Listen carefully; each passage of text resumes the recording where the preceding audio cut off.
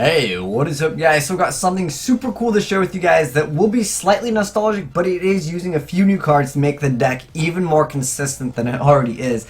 We lost Chicken Race Pseudo Space, which was a really good combo for any Nurse Burn, FTK, OTKs. For the most part, this is an FTK. Some people are like, well, you didn't do it on the first turn. It is totally an FTK. Your opponent really doesn't have a chance to do anything. But I'm here to show you guys the deck in action, and then I'm going to give you guys a deck profile. And I know some people are going to be crying about it because it is a nasty deck to run into. And like I said, with the new additions, with Pot of Cupidity and the Cards of Demise, I think this could potentially win some like huge tournaments. Game 1, I feel like you got this on lockdown.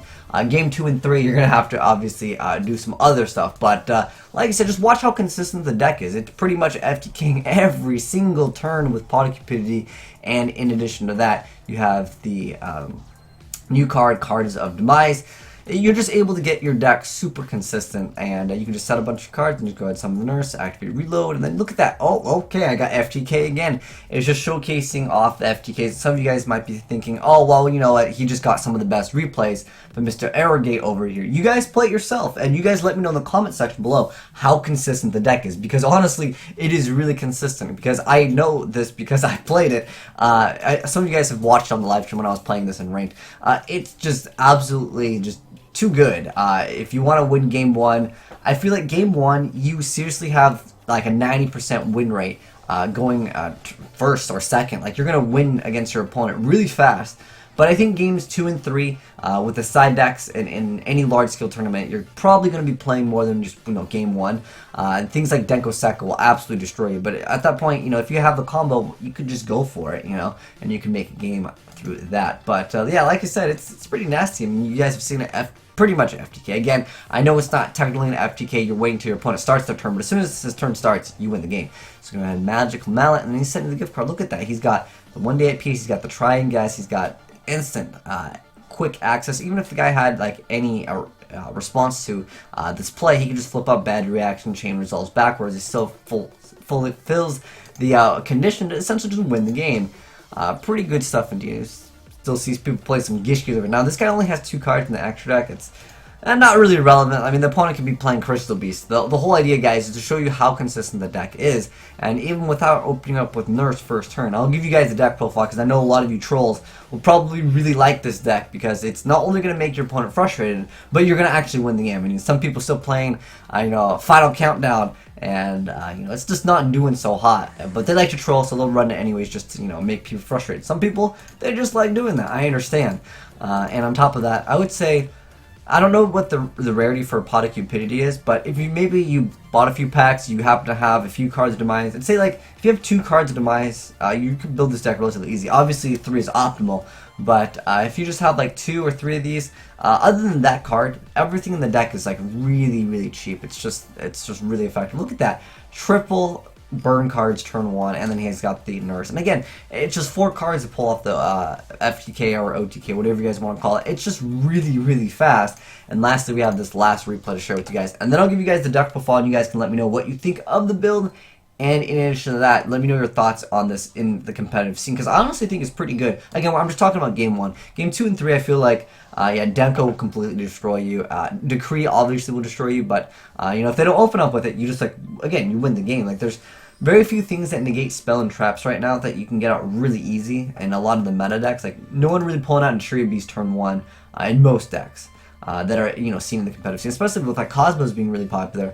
But anyways, let's go ahead and go to the deck edit. I'll give you guys the deck profile so you guys can kind of mess around with this and give you guys just something new to maybe mess around with in the ranked section. Because if you're doing singles, I think the deck is pretty good. But anyways, let's get started. So we got triple Nurse, we got the 1 day of Pepperoni, 3 Pot of Cupidity, 3 Cup of Ace, 3 Cards of Demise, 1 Upstart, 2 Dark World Dealings, 3 Mallets, 3 Into the Voids, 3 Duality, 3 Reload, 3 Gift Card, 3 Paths of Destiny, 3 Try and Guess, 3 copies of Bad Reaction, and then the extra deck, it doesn't matter. You don't need anything. The point is that if you really need to heal up with Try and Guess, you have access to this. The reason why you play 14 is if you're running into a deck that's specifically Fusion, and they only play Fusions, you have that one, I guess, less than they do. For whatever reason, for the right integers, I guess you can technically use that, because with Try and Guess, each player If each player has an extra deck, you declare one extra deck monster, type fusion, secret, XYZ. Both players reveal their extra deck. The player who has more monsters than the declared card gains 3,000.